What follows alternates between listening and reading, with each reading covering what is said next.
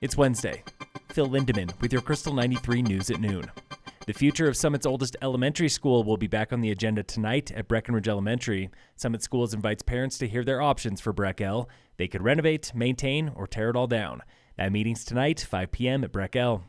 A backcountry skier was seriously injured this past Sunday after tumbling down a steep couloir just west of Nederland.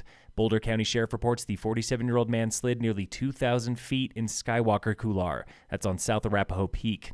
He can thank two off-duty firefighters for saving his life. They were recreating nearby and called for help before rushing to his aid.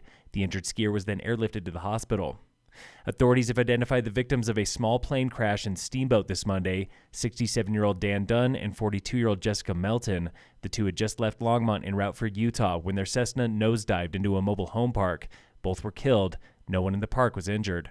Late last night, authorities on the southeastern plains pulled a body from the Arkansas River. They had been searching for a teenager who went missing nearly a week ago. Denver Post reports identification is pending.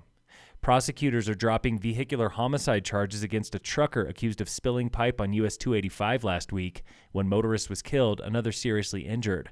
Denver Post confirms the trucker is now charged with careless driving resulting in death. He is in the country illegally with no commercial driver's license. Cops across the state wrote nearly 1,800 tickets in just 2 weeks this May for not wearing a seatbelt. State Patrol wrote the most on I-70 and elsewhere. Colorado's pretty good at buckling up, but we're not great. 89% of us wear seatbelts. That's 3 points below the national average. Denver's historic jazz club, El Chapultepec, will live on, but just barely. This from the Denver Post. New owners, the Montfort Company, promised to preserve the entrance to El Chap when they tear down the rest of the building.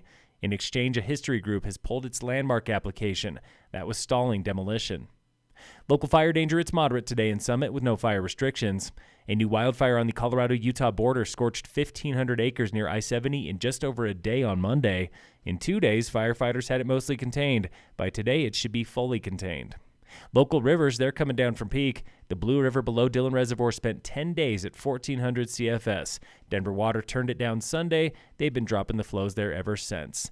The Blue River through Breck, it's still running just a little bit higher than average this morning. 10 Mile Creek at Frisco is just about average. Dillon Reservoir, it's 97% full.